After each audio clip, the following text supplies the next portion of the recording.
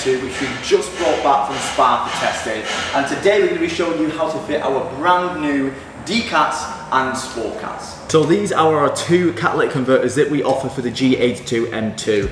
This one over here is the one with optimal flow, but it is a De-Cat, meaning this is only for track use only, and it is not road legal, meaning this will not pass an MOT.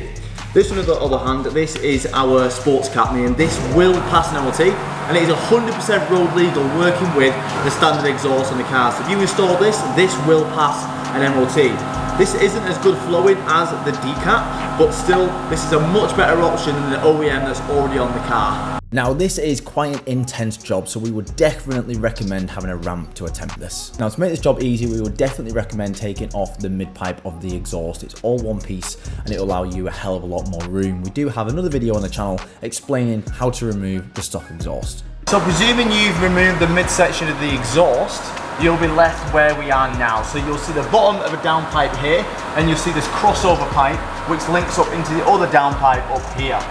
So firstly, you'll want to remove this crossover pipe, and that's held on by two 13mm nuts on this bracket and two 13mm nuts holding it onto the downpipe itself. Now you'll want to start removing all the under trays. So first of all, start with the plastics on the side, and these are held in by 10mm screws. And then you'll need to remove the main metal under tray, which is held on by 17 16mm bolts. To get access to all of these bolts, you will need to remove a few more 10mm screws holding the front under tray onto the main one. Now you will need to remove all 4 lambda sensors, and this is a very tricky job because there is hardly any space, so you will need a multitude of different 22mm spanners to get access to all of them. So you've got the top downpipe here, which needs to come off first, and the bottom downpipe needs to come off second. Now you can just see access to the V-band. Now there is one of them. That's for the bottom downpipe.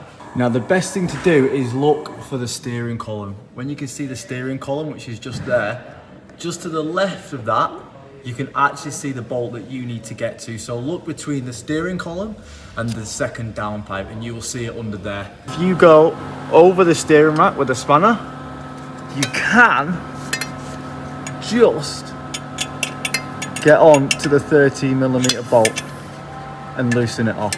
Now depending on how long those V-bands have been on for, you may have to pry them apart with a bit of a pry tool.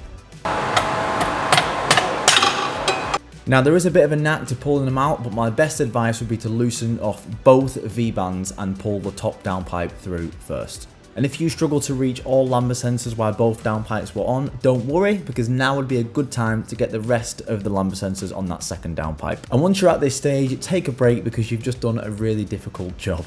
Now the new cats should go in a lot easier than when they came out because they're a lot smaller than the original units, but getting the lambda sensors will be tricky. My advice would be to put the lambda sensors in before you tighten the V-bands. Now having 2 people does massively help with this job, so grab a friend and just take your time. Now a stubby 22mm is essential for this job. We didn't have one, so we just made one. And this is how you will be left after you've installed the cats. The lambda sensors are tricky to get in, but there are multiple ways of doing it. I found it easiest putting the lambda sensors in first on this one, which is the top cat, and then I found it easier putting the lambda sensor in second on the bottom one, but it depends what you find easier. You took them out, so you've probably found a bit of a knack to get them out. Use that same knack to get them in. So once you're in this position, you're ready to put on the rest of the exhaust, which goes directly onto the cats. Now both of these cats will work with the standard exhaust system, and they will work with our aftermarket AIRTEC one. We do have a video on our channel installing that, so check that out on our YouTube channel.